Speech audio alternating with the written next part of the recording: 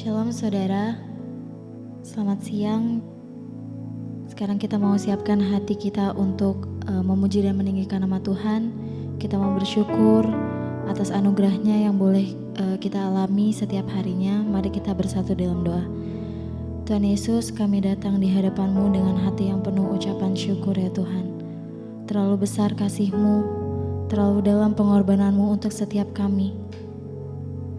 Hari ini Tuhan, kami mau bawa hati kami mau bawa pujian kami, dan kami mau membawa seluruh hidup kami sebagai persembahan bagi-Mu. Terimalah setiap pujian yang kami naikkan, karena hanya Engkau yang layak menerima segala hormat dan kemuliaan. Dalam nama Tuhan Yesus kami berdoa, amin.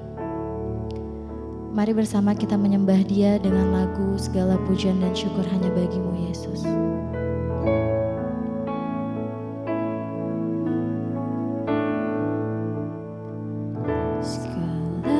Pujian dan syukur bagi-Mu, Allah yang mulia, kuduslah nama-Mu, kuduslah nama-Mu. Kaulah yang awal, yang akhir dari segalanya Tuhan, dari segalanya.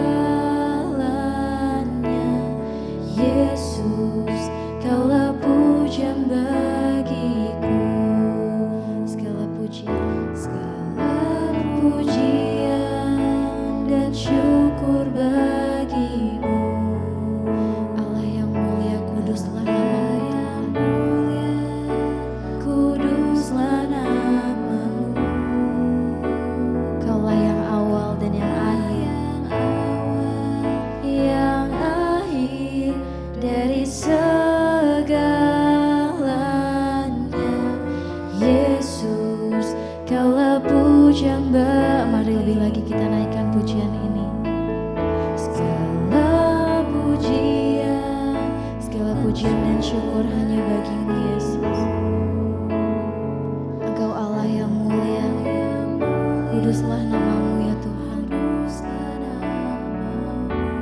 Engkau yang awal dan yang akhir dari segala-galanya, yang akhir dari segalanya. Yesus, Kaulah pujian bagiku. Lebih lagi katakan, segala pujian dan syukur bagi-Mu, Allah yang mulia, kuduslah nama-Mu.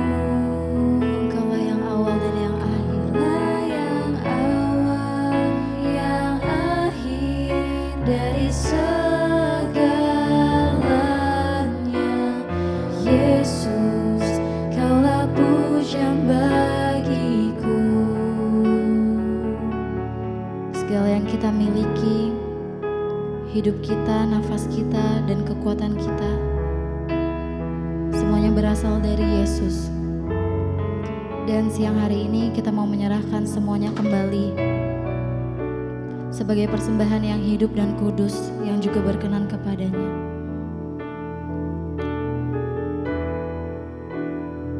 Mari dengan kerendahan hati dan penyembahan yang murni kita katakan, segenap hidup dan segenap nafasku.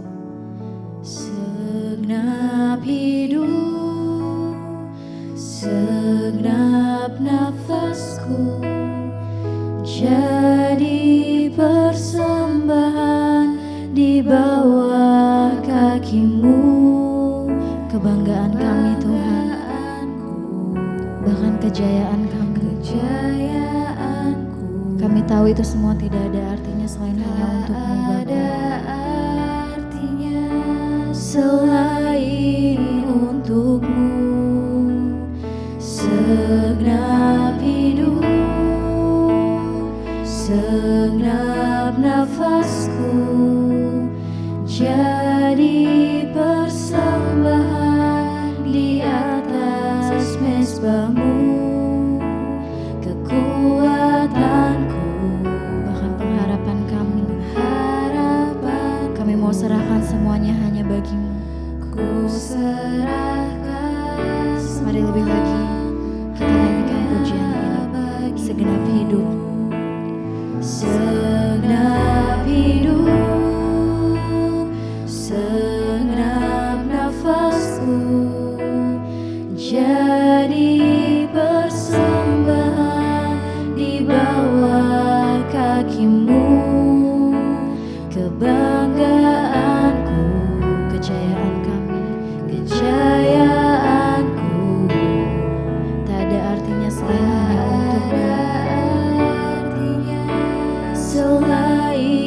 untukmu. Segenap hidup, segenap nafasku, segenap hidup dan segenap nafas kami jadi persembahan di atas mezbamu. Kekuatanku, pengharapanku, ku serahkan semua. Sekali lagi kita naikkan bagimu. Segenap hidup, segenap hidup, segenap nafasku jadi persembahan di bawah kakimu. Kebanggaanku, bahkan kejayaanku, semuanya tidak ada artinya selain untukmu. Segenap hidup, segenap hidup, segenap nafasku jadi persembahan di atas mezbamu. Kekuatanku, kejayaanku, ku serahkan semua hanya bagimu. Mazmur 50 ayat 23 berkata, siapa yang mempersembahkan syukur sebagai korban, ia memuliakan aku. Siapa yang jujur jalannya, keselamatan dari Allah akan kuperlihatkan kepadanya. Dengan iman yang teguh, mari kita datang kepada Tuhan dan nyanyikan lagu ini bersama-sama. Ada mujizat dalam bersyukur.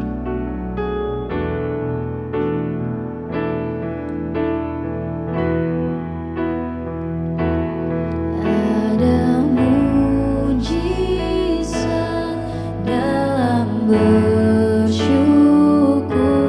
Engkaulah tempat perlindungan kami, Tuhan. Perlindunganku, Tuhan. Imanku tetap teguh dalam-Mu. Kami menang. Ku menang. Ada mujizat, ada mujizat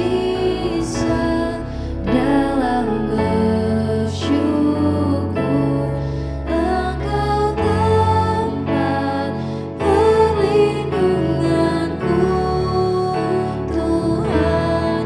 Imanku tetap, iman kami tetap teguh dalam-Mu, Bapa. Kami tahu kami akan menang bersama-Mu. Ku menang. Ada mujizat, ada mujizat dalam bersyukur. Engkau tempat perlindunganku, Tuhan. Imanku tetap teguh dalam-Mu. Kami menang. Ku menang bersama-Mu.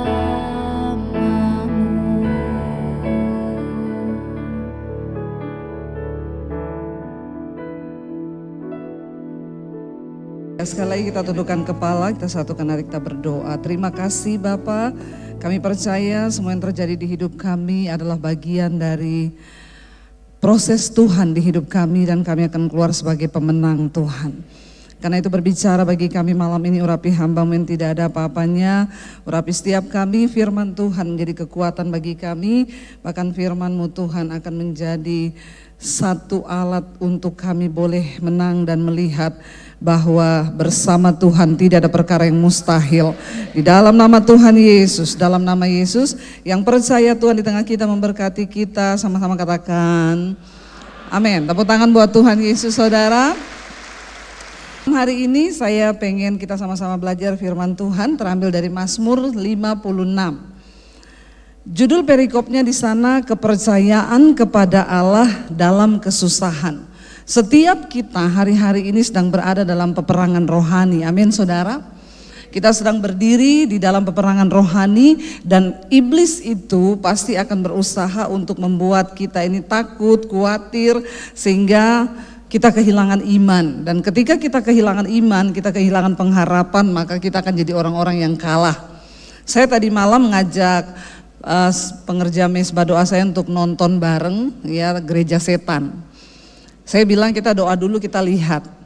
Bagus ya filmnya, itu membuka bagaimana strategi iblis untuk ya mengalahkan orang-orang Kristen, dan itu memang film diangkat dari pengalaman pribadi Mongol karena dia dulu ada di gereja setan itu. Dan cara iblis bekerja itu saudara, ya iblis itu menipu dengan keadaan, dengan situasi.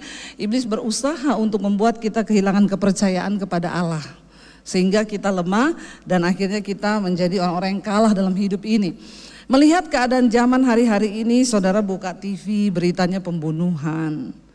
Ya, buka TV beritanya peperangan, kekacauan. Kita lihat keadaan zaman sekarang ini memang ya sangat tidak menentu, dan kita ini dituntut untuk menjadi orang-orang yang menang di dalam setiap pertempuran iman kita. Kepercayaan kepada Allah dalam kesusahan, kita buka bersama Mazmur 56.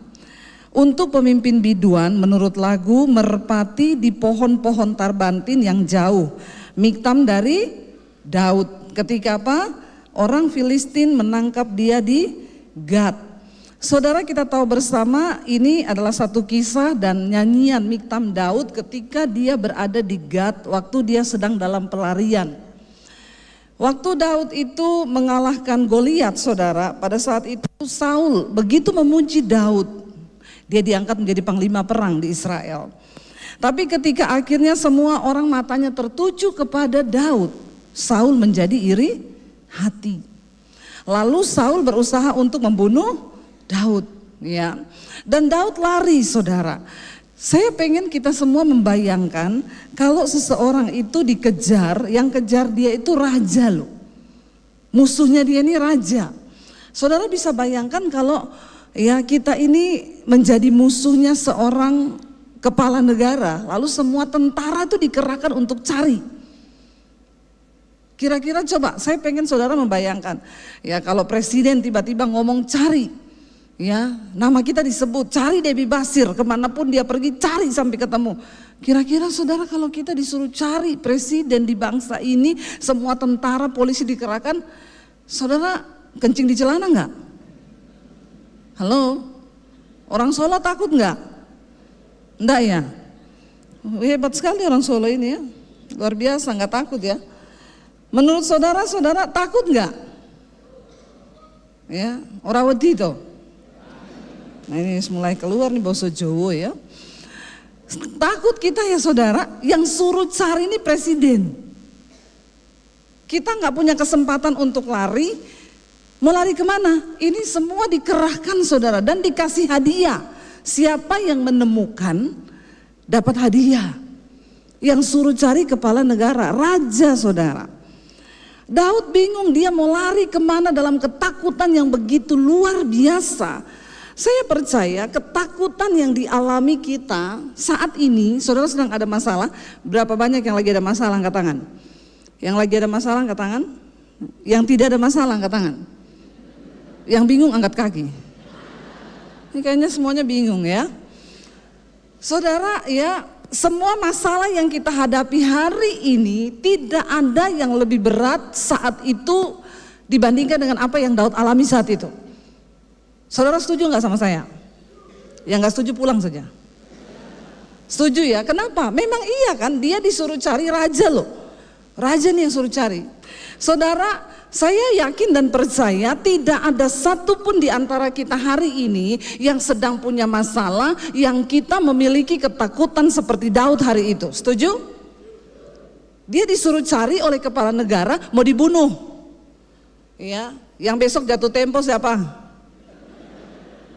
Ini juga masalah loh ya. Kita besok jatuh tempo takut nggak? Takut, tapi masih bisa lari lah ya.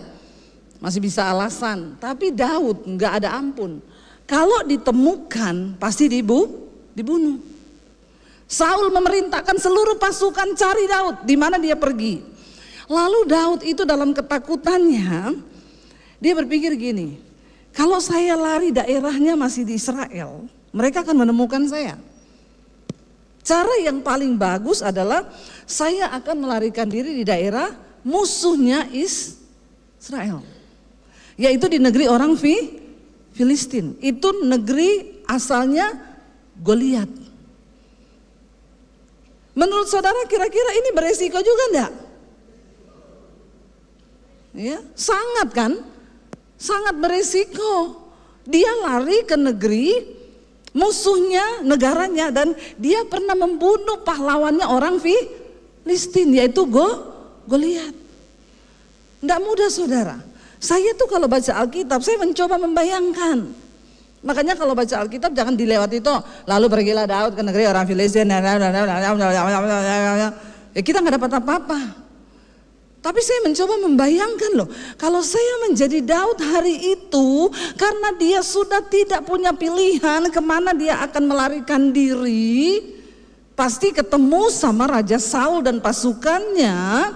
Jadi Daud berpikir, ya udah aku lari aja ke negeri musuhnya orang.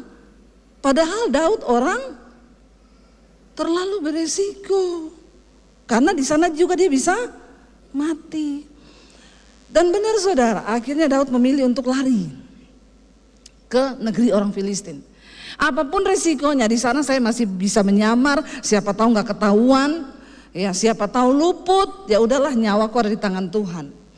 Dia pergi lari ke Gad. Itu adalah kota asalnya Goliat. Lalu saudara, ketika ada di Gad, Daud itu menulis Mazmur ini saudara, yang kita baca hari ini ya. Kalau kita membaca Alkitab, ada latar belakangnya, itu akan membuat kita lebih mengerti.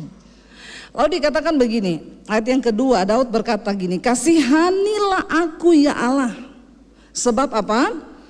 Orang-orang menginjak-injak aku sepanjang hari, orang-orang memerangi dan mengimpit aku. Sama seperti hari ini yang sedang dialami. Kita diimpit ya, ditunda, tidak boleh bangun. Kita ini lagi ditekan begitu rupa. Daud berkata begini, seteru-seteruku atau musuh-musuhku menginjak-injak aku sepanjang hari. Bahkan banyak orang yang memerangi aku dengan sombong, kata Daud ya. Lalu apa yang dia lakukan saudara? Kita baca ayat yang berikutnya, di sana dikatakan baca dengan suara yang keras dan saya minta semuanya baca 1, 2, 3. Waktu aku takut, aku ini, sekali lagi ulangi. Waktu aku takut, aku ini. Menurut saudara ini susah atau susah? Waktu kita takut, kita disuruh percaya kepada Tuhan. Padahal orang yang takut itu biasanya kehilangan kepercayaan. Apa yang sedang saudara takutkan hari ini? Masa depanmu? Jodohmu? Ya, atau keuanganmu? Anak-anak muda berpikir, duh masa depan gimana ya, cari kerja sekarang susah. Belum juga dapat kerja, udah yang lain pada dipecat. Iya enggak? Ini keadaan zaman sekarang loh. Ya. Perceraian di mana-mana, bagaimana masa depanku nanti, bagaimana anakku, bagaimana gini. Kita punya banyak hal yang tiap hari itu iblis tanam dalam pikiran kita supaya kita menjadi takut. Saya bisa membayangkan ketakutannya Daud. Dia memilih melarikan diri ke kota Gad, negerinya orang Filistin. Sama-sama takut. Dia diam di Israel takut dibunuh, dia lari ke Filistin juga bisa dibunuh. Tapi ketika Daud ada di Gad, dia menulis saudara, ini renungannya Daud. Dia bilang, Tuhan tiap hari orang itu menekan aku, musuh-musuhku mengelilingi aku sepanjang hari. Tetapi Daud bilang begini, waktu aku takut, aku ini percaya kepadamu. Ternyata lawan dari ketakutan itu saudara, bagaimana cara kita mengalahkan ketakutan di hidup kita adalah dengan kita belajar untuk mempercayai Tuhan. Ya, katakan kanan kirimu, percaya sama Tuhan.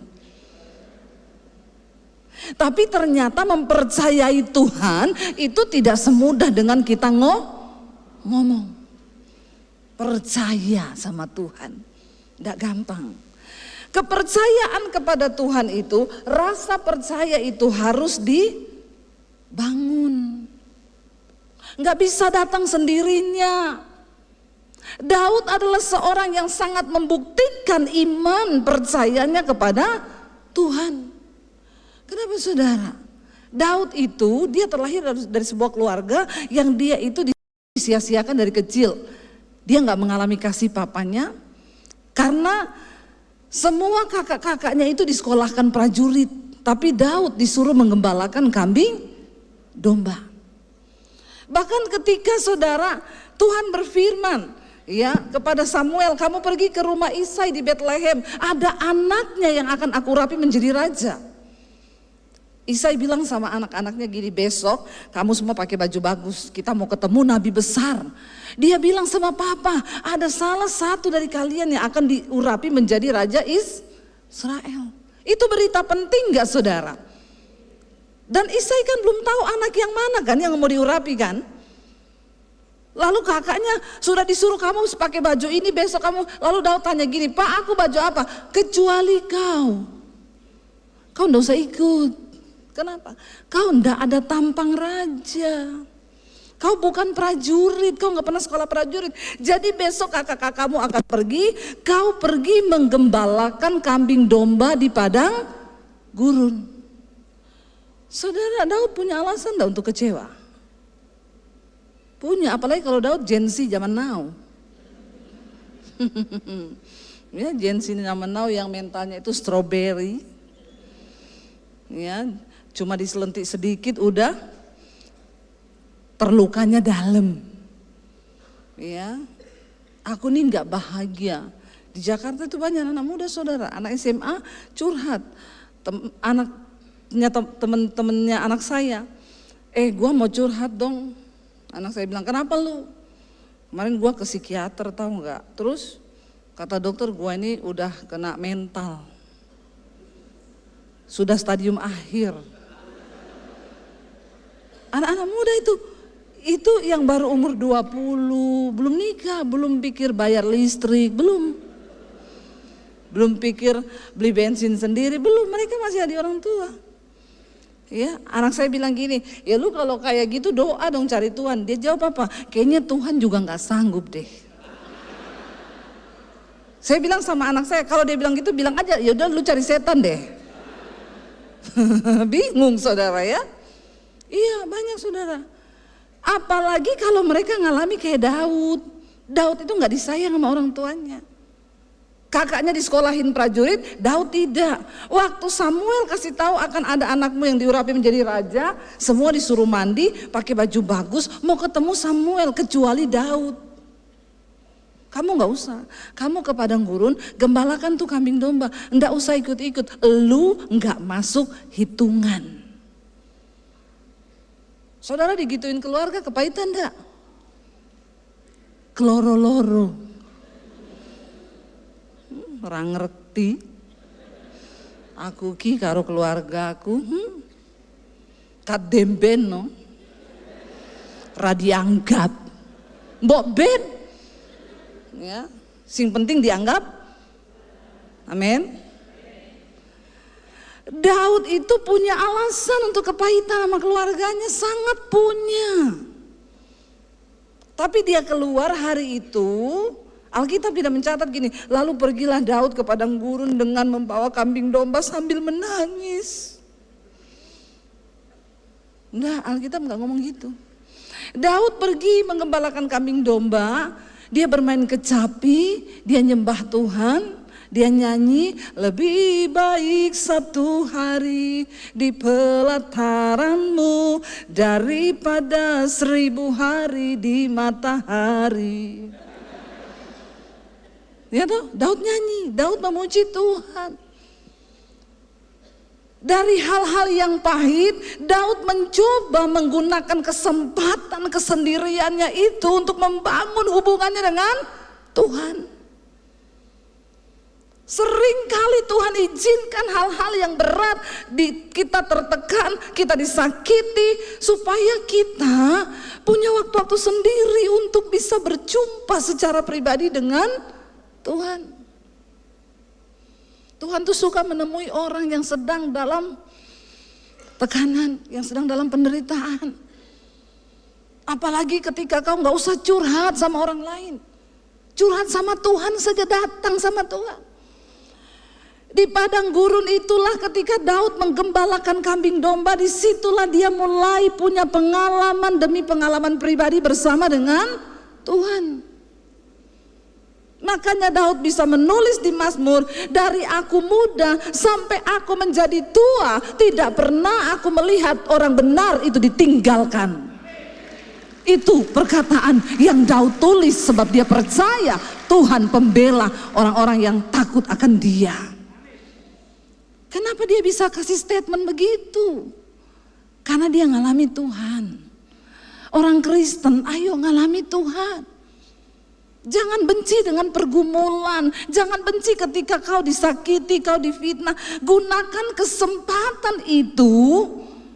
Engkau dalam kesendirianmu hanya bersama Tuhan. Alami Tuhan secara pribadi. Karena iman, kepercayaan kita kepada Allah itu adalah satu usaha untuk kita bangun di hadapan Tuhan. Iman itu gak tumbuh begitu aja. Iman itu tumbuh dari pengalaman pribadi kita dengan Tuhan. Ayo alami Tuhan. Daud mulai memperkatakan, saat aku takut, waktu aku takut, aku ini percaya. Ini dia tulis waktu dia lagi ada di negeri orang Filistin, di tempat musuhnya orang Israel, di kota kelahirannya Goliat yang dia bunuh itu.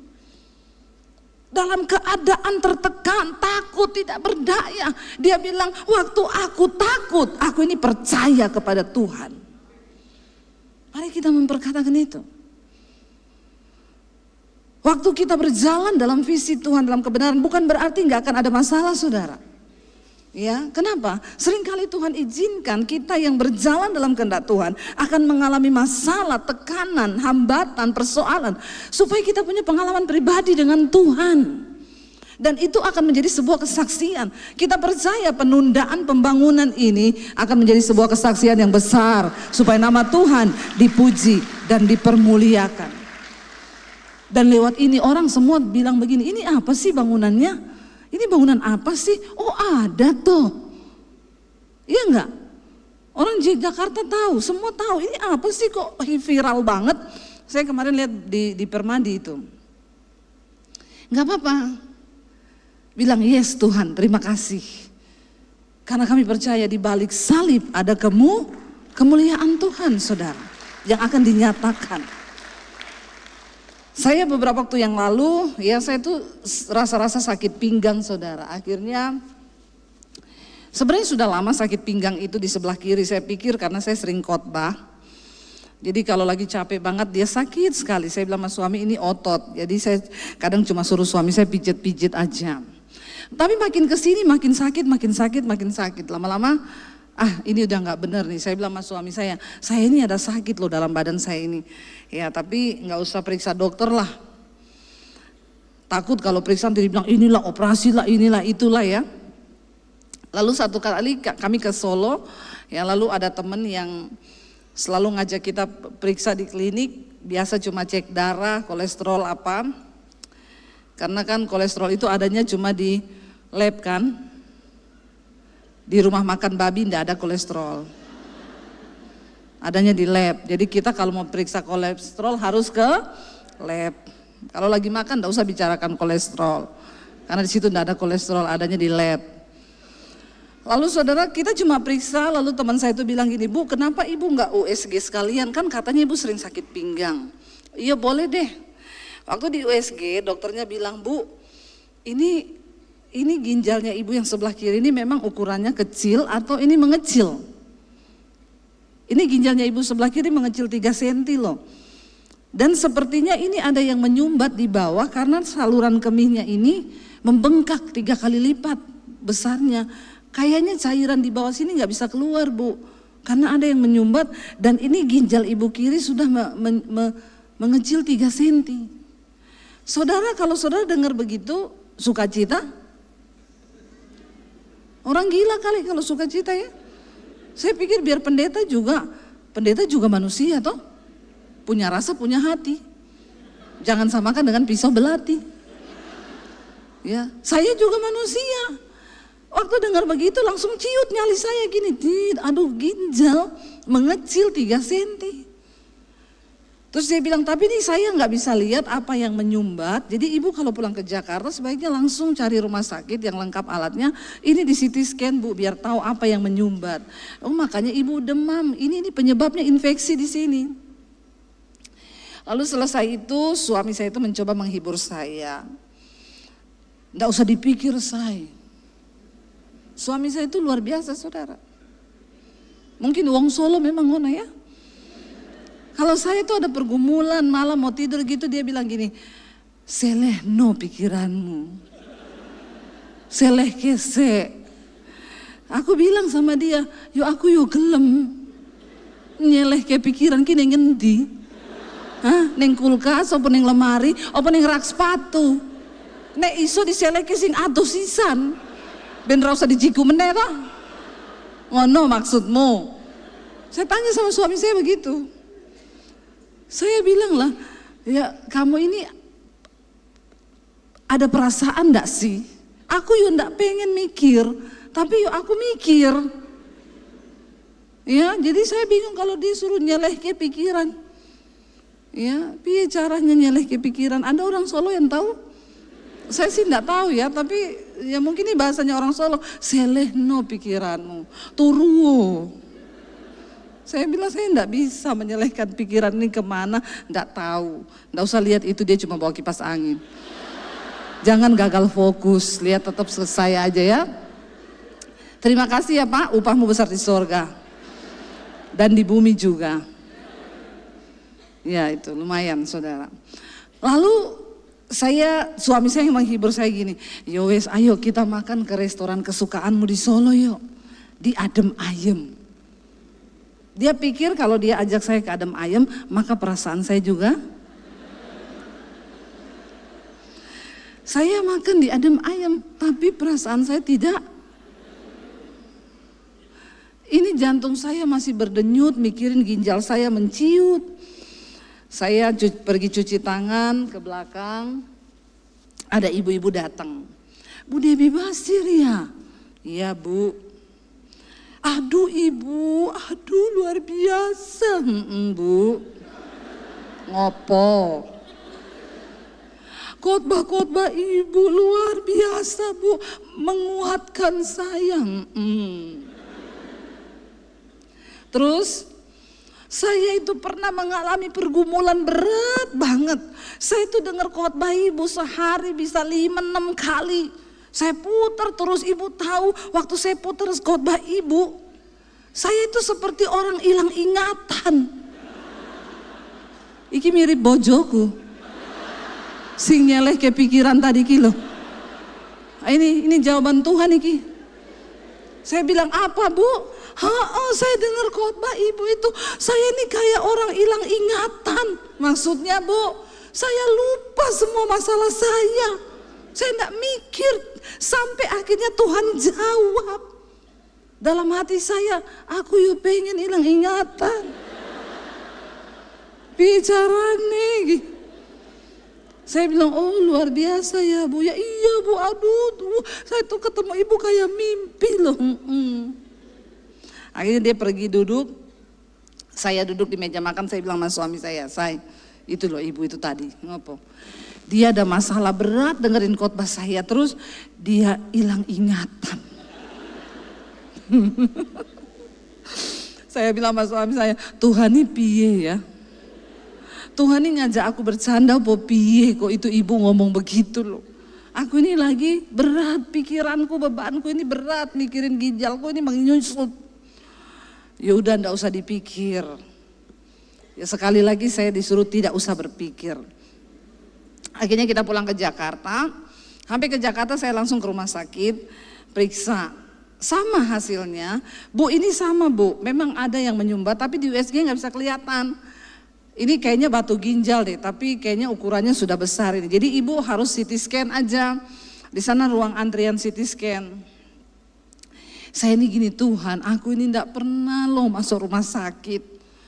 Ini disuruh CT scan, aduh disuruh ini tuh, aduh sudah ya berdebar-debar jantung saya ini. Saya pergi ke ruang CT scan, suruh masuk. Saya tanya sama dokternya, suamiku boleh ikut enggak nemani? Enggak boleh. Ibu masuk sendiri. Memang saudara ternyata waktu kita diuji dalam hal kesehatan, memang disitulah kita, hanya kita dengan Tuhan yang berurusan. Bahkan suamimu, anakmu enggak bisa. Sesedih apapun suami saya cuma begini, ya kamu enggak bisa rasain, ini aku yang rasain. Dia memang mencoba menguatkan saya, tapi kan saya dalam hati, ya bukan kamu yang rasa, saya yang rasa. Waktu kita diuji dalam kesehatan, sakit, kita sendiri berurusan dengan Tuhan. Bahkan saya bilang, dokter suami saya nemenin di ruang CT scan, enggak boleh Bu, sendiri. Oh iya ya, kita juga nanti mati sendiri, enggak bisa ajak suami. Enggak bisa ajak istri, iya saya sadar. Saya masuk saudara, aduh masuk di alat itu ya, tarik napas, buang napas, masuk keluar, selesai. Tunggu hasilnya di luar Bu, nanti dipanggil. Saya duduk di luar. Ada ibu-ibu, Shalom Ibu Debbie Basir ya, iya Bu. Aduh Ibu, saya dikuatkan sama khotbah-khotbah Ibu. Ibu sakit apa? Tumor batang otak. Oh terus ini mau dioperasi? Saya sudah 4 kali operasi Bu. Hah? Ibu sudah 4 kali operasi? Iya, karena tumor saya ini melekat di batang otak, jadi nggak bisa diambil semua Bu. Karena kalau diambil kena batang otaknya itu, takutnya saya kenapa-kenapa. Dokter nggak bisa, jadi diambilnya sedikit-sedikit. Jadi tiap tahun tuh tumbuh. Setiap tahun saya harus CT scan, dilihat pertumbuhannya, nanti diambil lagi sedikit. Jadi Ibu sudah 4 kali operasi, iya. Buka otak, iya. Ibu kok bisa kuat banget toh Bu, apa rasanya? Saya dengar khotbah-khotbah Ibu. Saya ini kayak ditampar-tampar saudara. Dalam hati saya, mereka itu dikuatkan dengar khotbah saya. Lah sekarang saya lagi enggak kuat. Terus siapa yang mau menguatkan saya? Lalu saya jadi malu loh saudara. Waktu dengar Ibu tuh bilang begitu, ha Ibu ya ampun, yowis Bu bersyukur. Oh iya saya bersyukur Bu. Ibu juga kan selalu khotbah, Ibu ngomong kan, hidup mati di tangan Tuhan. Kalaupun mati kan mati itu untung. Ojong guyu. Ya dipikir enak ngerasain gitu. Ya benar saudara. Seringkali kita ini gampang ngomong percaya sama Tuhan. Tapi percaya kita itu akan diuji ketika kita menghadapi masalah. Makanya masalah itu adalah proses dari pendewasaan iman kita di hadapan Tuhan. Akhirnya saya bilang, oh iya ya, sudah hasilnya keluar, bawa ke dokter. Dok ini gimana? Harus segera dioperasi. Saya bilang saya seminggu lagi akan berangkat ke Israel, saya bawa rombongan. Ya udah, sekarang ada alat yang baru Bu, canggih. Kita bisa operasi pakai, kalau Ibu harus segera pergi, ya berarti operasinya itu harus pakai AI. Ya, jadi nggak usah dibelah, nggak ada luka, pakai robot AI. Harganya juga ai. Saudara, saya masih berharap, karena saya ini tiap malam di mesbah doa membacakan kesaksian. Orang bersaksi, shalom Ibu Debbie, saya mau bersaksi, saya ini divonis dokter, ada batu ginjal, batu ini. Saya berdoa tiap malam ikut mesbah doanya Ibu, saya tumpang tangan, nggak jadi operasi, batunya keluar sendiri. Saya begini, Tuhan itu loh, aku tiap malam nih bacain mereka nih. Mereka ikutin doa saya, batunya keluar enggak operasi. Dalam nama Yesus, batu ini keluar enggak operasi. Saya coba beriman, saudara. Saya dengar orang, saya bacakan kesaksiannya. Shalom Bu Debbie, saya ini seorang yang tiap malam dengar mesbah doanya Ibu. Saya divonis dokter harus pasang ring karena penyumbatannya sudah 80%. Tapi setiap kali dengar mesbah doa, Ibu berdoa buat yang sakit, saya tumpang tangan jantung saya. Kemarin waktu mau pasang ring, Bu, dokter bilang gak usah. Tiba-tiba sumbatannya hilang. Jangan tepuk tangan. Jadi saya masih berharap Tuhan, mereka tuh ngalami, boyo aku iyo. Walaupun dokter bilang ini enggak mungkin bisa keluar sendiri, karena dokter bilang Bu ini enggak bisa keluar sendiri. Sudah 2,5 cm nih, hampir 3 cm batunya. Enggak mungkin dia bisa keluar dengan obat atau apapun, ini harus operasi. Saya bilang bagi Tuhan enggak ada yang mustahil. Jangan amin sih, jangan tepuk tangan sih. Belum selesai ceritanya. Dokter bilang, Ibu jangan tunggu lama lagi loh, ya. Karena itu nanti Ibu akan dioperasi, lalu di ginjal Ibu itu dikasih selang. Nanti Ibu bawa selang itu 1 bulan, dipasang di dalam ginjal Ibu. Saya sudah membayangkan, saudara, Dok, tapi saya mau ke Israel bawa selang itu, enggak apa-apa itu di dalam. Ya paling ya nyelekit-nyelekit sedikit. Saya berusaha tengking setiap hari, saya nangis sama Tuhan dalam nama Yesus, Tuhan ini keluar, saya lompat-lompat, saya minum air, saya doa. Mana mujizatmu Tuhan? Gak terjadi, saudara. Sampai akhirnya hari Minggu malam selesai khotbah, dokternya bilang, udah Bu bikin janji ya Minggu malam habis Ibu khotbah masuk rumah sakit. Saya masih berharap, siapa tahu. Siapa tahu 5 menit sebelum operasi keluar gitu toh. Dalam nama Yesus kan jadi kesaksian toh. Saya datang ke rumah sakit. Begitu injak rumah sakit, tensi saya tinggi terus. Padahal saya ini tidak pernah tinggi, saudara, selalu darah rendah. Ternyata ketakutan, ketegangan itu sangat berpengaruh pada tensi kita. Itu sama dengan mau jatuh tempo. Iya tuh, makanya ada orang ke dokter, Dok, jantung saya berdebar-debar. Tapi tensi bagus, tekanan darah bagus, semua bagus. Sudah cek semua bagus, coba cek saldo. Nah, itu juga bikin jantung berdebar, saudara. Ya, saya itu dokter bilang, Ibu darah tinggi tuh. Enggak Dok, saya ini enggak pernah darah tinggi. Lah ini kenapa Ibu tinggi terus? Saya ini stres, Dok. Kenapa saya harus operasi? Kenapa begini? Saya masih berharap mujizat terjadi. Dokternya bilang, enggak usah takut Bu, ini operasi udah alatnya canggih kok, nanti cuma sekitar 2 jam saja. Malam-malam, saudara, akhirnya saya masuk rumah sakit itu, saya mulai menyerah sama Tuhan. Malam itu saya nggak bisa tidur, suami saya nemenin saya, dia tidur di sebelah tempat tidur saya. Dia berusaha menguatkan saya, berdoa buat saya. Ya, baru jam 8 malam dia di sebelah sudah. Tapi saya enggak bisa menyalahkan dia karena dia enggak sakit toh. Ibu-ibu kalau suamimu enggak sakit, kau jangan suruh ikut-ikutan dia sakit. Ya, dia enggak sakit, jadi dia ngorok, puji Tuhan dia ngorok. Saya lihat suami saya tidur, enak banget dia tidur. Aku deg-degan, besok mau operasi.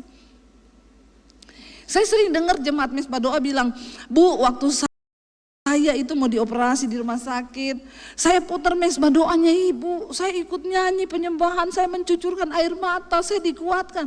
Saya bilang, sekarang waktunya aku harus mempraktekkan ini.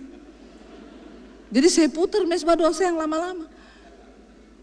Saya ikut nyanyi, Dan saya meneteskan air mata, segenap hidup, segenap nafasku, jadi persembahan di atas mezbahmu. Saya bercucuran air mata, saya nangis, saya nyanyi nyembah Tuhan. Tiba-tiba ada iman yang timbul di hati. Kenapa kamu takut? Bukankah kamu sering berkhotbah, kasih kekuatan buat jemaat? Sekarang ketika kamu mengalami, dan Tuhan tuh bicara begini, mujizat yang terbesar itu bukan batu itu hilang.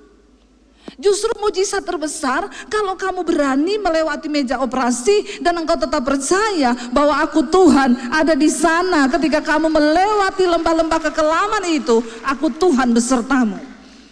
Itu mujizat bahwa imanmu itu teruji. Saya mulai menyadari itu, ya Tuhan ya, iya, semakin engkau dewasa, Tuhan akan izinkan proses demi proses itu terjadi. Saya mulai menyerah sama Tuhan, saya mulai sembah Tuhan, amin Tuhan, aku percaya. Kan kamu sering, orang telepon, Bu, doakan ya saya di meja operasi ini, saya ketakutan. Lah kamu kan juga harus mengalami itu, supaya kamu tahu bagaimana perasaannya jemaat itu mereka menghadapi ketakutan yang seperti itu. Yesus aja yang Tuhan, dia bilang dia meninggalkan kealahannya, mengambil rupa seorang hamba untuk turut merasakan kelemahan-kelemahan saudara dan saya. Lalu saya mulai nangis, saya menyembah Tuhan, amin Tuhan, amin Tuhan. Mulai ada damai saudara. Ketakutan itu perlahan lenyap, firman mulai bicara. Saat aku takut, aku ini percaya kepadamu Tuhan. Saat aku takut, aku percaya akan firman-Mu. Bahkan mati sekalipun itu adalah keuntungan bagi kita yang ada dalam Kristus. Amin saudara. Waktu saya mulai berpikiran seperti itu saudara, hati saya tenang, damai. Akhirnya tensinya mulai turun. Ngeri loh saudara, ternyata orang itu waktu takut, darahmu naik karena hormon kortisol naik, darahmu mengental, tekanan darah naik karena jantung itu berat memompa darah. Waktu kau takut, kau marah, kau khawatir, itu otomatis. Cuma kan kau enggak ditensi toh. Kalau saya kan ada di rumah sakit tiap jam ditensi terus, jadi saya tahu perkembangan saya. Dokter bilang ini ibu ketakutan loh, ini ibu khawatir loh, jangan ya Bu. Jadi ternyata memang benar, hati yang gembira itu obat yang manjur. Waktu saya mulai menguatkan hati saya, saudara, iman itu, kepercayaan kepada Tuhan itu harus dibangun berdasarkan pengalaman pribadi kita dengan Tuhan. Daud ngalami itu. Sampai kita tahu akhirnya bersama ceritanya. Daud itu mengalahkan Goliat. Dia waktu hari itu menurut Daud itu ketidaksengajaan, tapi itu masuk dalam agendanya Tuhan. Bapaknya bilang begini, Daud, sini Pak, kenapa? Kamu pergi ya ke medan perang, di sana kakak-kakakmu tuh lagi bersiap-siap, kamu bawa roti buat mereka sama susu. Kasihan mereka itu udah kelaparan. Hari itu Daud cuma pergi untuk antar makanan untuk kakak-kakaknya. Daud tidak pernah berpikir kalau hari itu menjadi hari promosinya Tuhan buat Daud. Waktu dia pergi sampai di situ, dia dengar Goliat lagi menghina barisan tentara Allah yang hidup. Goliat lagi bilang, siapa di sini katanya kamu punya Tuhan yang hebat? Kalau Tuhanmu hebat, siapa di antara kalian yang bisa ngalahin aku? Semua tentara begini saudara, melihat Goliat yang begitu besar tinggi dan dia orang yang prajurit, ya. Waktu semua ketakutan pas Daud datang, Daud bilang begini, siapa ini orang yang tidak bersunat ini, yang berani menghina nama Tuhan yang hidup? Aku akan mengalahkan dia. Semua tertawa, lu mau kalahin dia? Lalu disampaikanlah ke Raja Saul. Kakaknya Daud dengar, dia datang, Daud dijewer, pulang kamu. Kamu ini kan cuma antar makanan toh. Ngapain kamu ikut-ikutan di sini? Nggak main-main ya kamu. Lalu semua tanya, Raja Saul tanya, Kamu bisa mengalahkan dia dengan apa? Kamu kan bukan prajurit, dia ini dari kecil sudah berlatih. Daud bilang, pengalaman pribadi Daud dengan Tuhan, itu yang membuat dia punya iman yang besar. Dia bilang gini, aku biasanya mengembalakan kambing domba. Kalau ada singa yang makan dombaku, aku kejar singa itu, aku robek mulutnya dan aku ambil dombaku. Kalau ada beruang yang datang makan dombaku, aku kejar beruangnya, aku robek mulutnya. Saudara, kira-kira Daud berhadapan dengan singa di padang gurun gitu takut nggak? Takut. Tapi karena dia percaya ada Tuhan yang menyertai dia, dia berani, saudara. Saat aku takut, aku percaya pada Tuhan. Ini adalah satu kekuatan kita. Waktu kita takut, kita nggak punya jalan, ayo katakan, Tuhan, aku percaya kepadamu, aku percaya kepada janjimu, aku percaya kepada kuasa Tuhan. Amin, saudara. Dan Daud berkata kepada mereka semua, Tuhan yang menyertai aku, yang mengalahkan singa dan beruang itu, Tuhan yang sama, yang akan menyertai aku untuk mengalahkan orang Filistin yang tidak bersunat hati ini. Dan Daud maju, saudara. Dan hari itu Daud memperoleh kemenangan. Tidak mungkin cuma satu batu bisa bikin dia mati. Itu cuma batu biasa. Ada tentara Israel punya senjata yang lebih hebat. Tapi kenapa cuma dengan batu bisa mati? Karena ada kuasa Tuhan. Jangan pernah kecilkan dirimu. Kau punya Tuhan yang besar. Jangan pernah kecilkan masa depanmu. Engkau punya Tuhan yang hebat. Amin, saudara. Jangan bilang kita ini minoritas, Tuhan kita, Tuhan yang besar. Dan kita gak perlu takut. Saat itu, saudara, Daud melihat kemenangan itu. Kenapa dia punya iman dan dia bilang, waktu aku takut, aku ini percaya kepadamu, kepada Allah yang firman-Nya kupuji, kepada Allah aku percaya, aku tidak takut. Apakah yang dapat dilakukan manusia terhadap aku? Mari kita semua berdoa. Biar hari-hari terakhir ini kita punya iman yang luar biasa. Tidak ada cara lain untuk kita menang dalam pertempuran selain kita punya iman dan rasa percaya yang kuat kepada Tuhan, saudara. Tuhan itu maha tahu, dia maha mampu.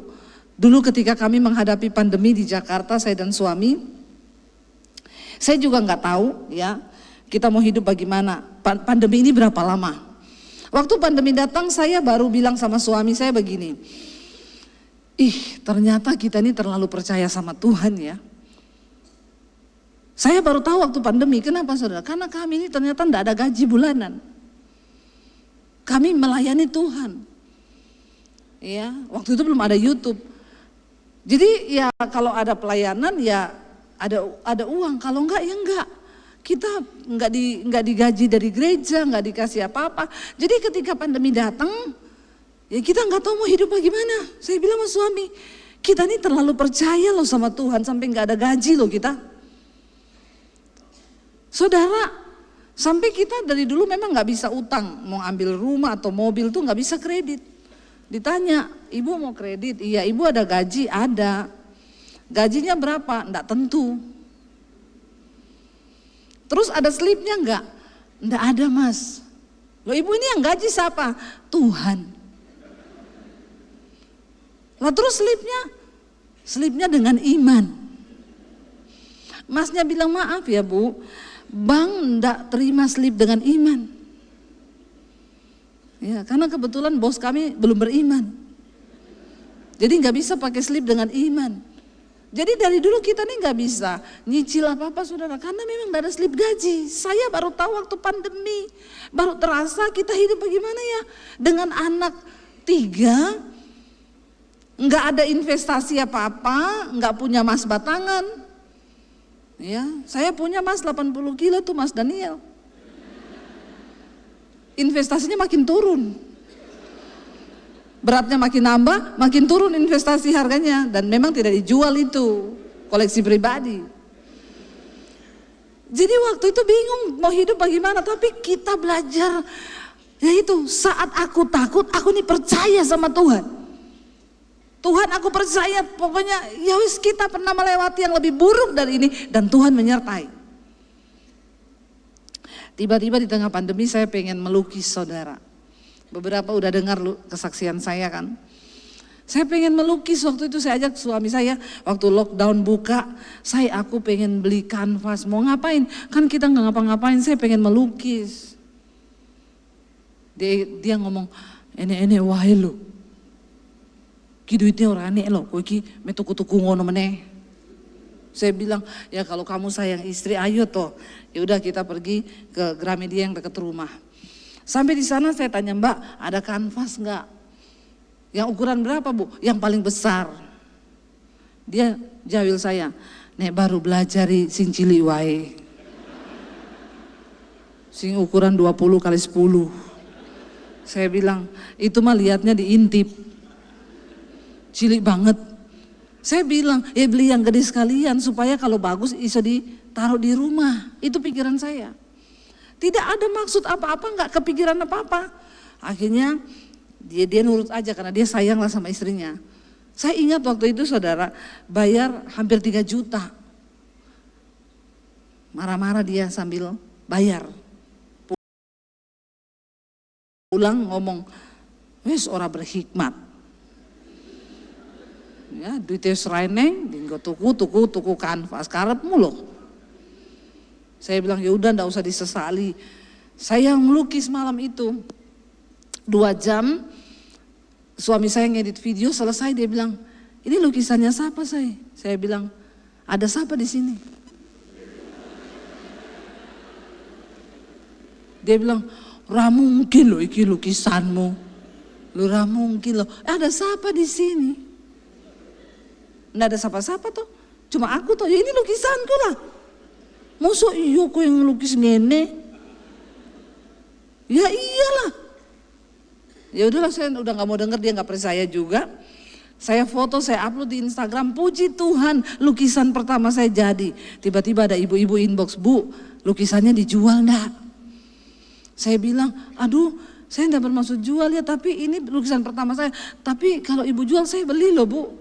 Oh boleh, berapa ibu? Saya nggak tahu harganya, terserah ibu aja nih. Oke ya Bu, deal ya, tolong kirim ke alamat ini besok, minta nomor rekening. Malam itu juga, lukisan pertama saya dibeli orang 10 juta. Saya lihatkan sama suami saya, lukisanku laku, opo iya? Ini loh udah ditransfer, saya kasih lihat, ini loh 10 juta lo laku 10 juta. Dia bilang, iya, sesok tak antar nih tuku kanvas. Ngono. Saudara, siapa yang suruh naik? Jangan dibunyikan dulu ya, boleh di situ tapi jangan dibunyikan ya. Lanjut sedikit ya, boleh ya? Boleh? Kita dengar suara rakyat. Ya. Saudara, abis itu sampai di mana tadi? Lukisan. Saya jadi rajin kan melukis toh, laku 10 juta lukisan pertama, lumayan toh. Besok saya melukis lagi. Melukis saudara, saya upload lagi di IG, nggak ditulis dijual. Orang, Bu, saya beli ya itu ya Bu. Di tengah masa pandemi saudara, hampir 2 tahun itu Tuhan pelihara kami lewat lukisan. Saya melukis hampir 50 lukisan yang keluar. Yang paling murah 6 juta satu toh. Jangan tepuk tangan dulu, tunggu sabar. Jemaatnya ini luar biasa loh Pak. Berapi-api rohnya. Ya, yang paling murah tuh 6 juta satu. Yang lainnya 10 juta, 20 juta, 25, 30, 45, 50, 60, 70, 75 juta paling tinggi. Di tengah masa pandemi, Tuhan pelihara kami lihat lukisan itu, ada 500 juta lebih saudara. Itu siapa yang mengerjakan? Itu seperti janda yang buli-bulinya diisi dan tidak pernah berhenti minyaknya. Saya tidak pernah menyangka, dan saya baru ngelukis di pandemi itu. Dulu-dulu tuh saya melukisnya gunung 2, sawah di tengah, matahari. Itu seperti saudara-saudara ini yang tertawa-tertawa ini. Saya juga tahu, kau juga begitu kan lukisanmu? Kita kan dari dulu diajarin cuma begitu toh. Nah saya itu begitu, tapi tiba-tiba di pandemi saya melukis itu. Dan Tuhan itu, waktu aku ini takut, aku percaya sama Tuhan. Ketakutan apa yang sedang kau alami hari ini, saudara? Jangan biarkan ketakutan itu menutup mata iman kita. Malam ini katakan, Tuhan, waktu aku takut, aku ini percaya. Kita nyanyi pujian, ku tidak takut sebab kau besertaku. Saudara, biar malam ini kita mau bilang sama Tuhan, Tuhan apapun pergumulan kami mau belajar perkatakan bahwa kami punya Tuhan yang hebat, kami punya Tuhan yang luar biasa. Kami tidak akan pernah takut apapun di depan kami mau mengalami Tuhan secara pribadi. Ingat saudara, pengalaman pribadi dengan Tuhan itu yang akan membuat kepercayaan kita kepada Tuhan itu makin teguh. Jangan benci dengan pergumulan. Sebab pergumulan itu dipakai Tuhan untuk melatih iman kita. Supaya kita melihat mujizat. Bangkit berdiri bersama saudara. Ku tidak takut. Sebab kau besertaku.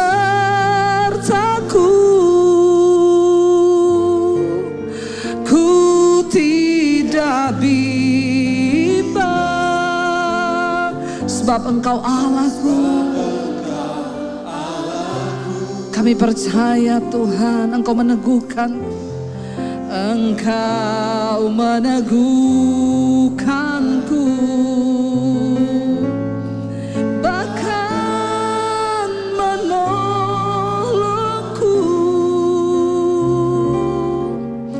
Kau batu karangku.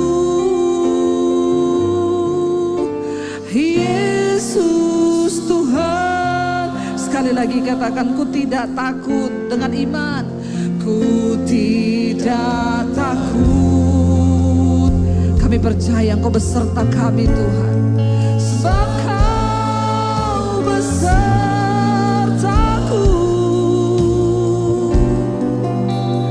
Ku tidak bimbang. Sebab Engkau yang meneguhkan kami Tuhan. Engkau meneguhkanku. Bahkan menolongku. Kau batu karang. Kau batu karangku. Siapa dia saudara?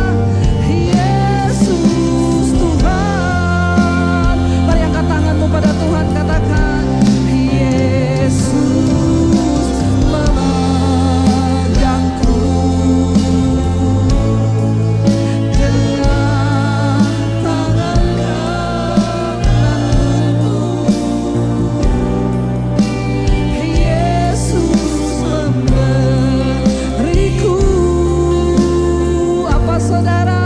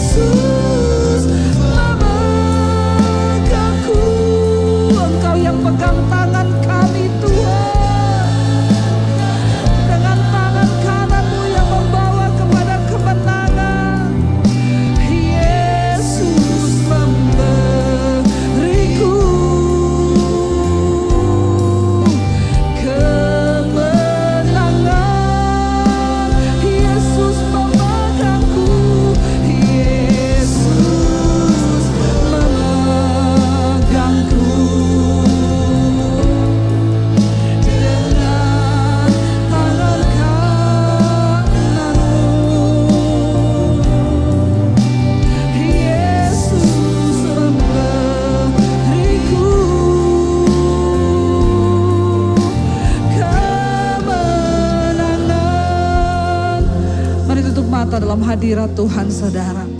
Seringkali ketika engkau melihat sesuatu yang ada di depan, Iblis berkata engkau tidak akan mampu, keadaanmu terlalu sulit, sakitmu terlalu parah.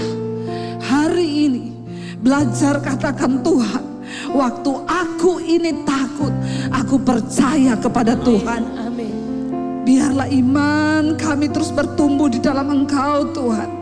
Kami percaya penderitaan, masalah, tekanan, tantangan dipakai Tuhan untuk membuat kami ini punya pengalaman pribadi dengan Tuhan. Sehingga iman kami menjadi iman yang kuat, dan kami akan melihat kemenangan demi kemenangan dari Tuhan. Kami mau belajar percaya pada firman-Mu, Tuhan. Kami mau belajar percaya pada kuasa-Mu yang lebih besar dari setiap persoalan dan hidup kami. Karena itu Bapak Ibu, mari buka hati dan tangan-Mu. Terimalah kiranya berkat, rahmat, anugerah dari Allah Bapa, cinta kasih dari Tuhan Yesus Kristus, penyertaan Allah Roh Kudus turun atas hidup kita semua hari ini. Dan sampai kali yang kedua Tuhan Yesus datang menjemput setiap kita, nama kita tercatat dalam kitab kehidupan. Dalam nama Tuhan Yesus yang percaya diberkati Tuhan, katakan bersama, amin, amin, amin. Kau yang pegang tanganku, Kau yang sentuh hatiku, selamanya ku cinta Kau, Yesus, selamanya ku menyembah-Mu. Kau yang pegang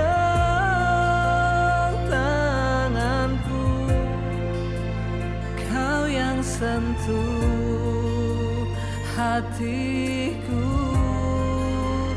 selamanya ku cinta Kau, Yesus.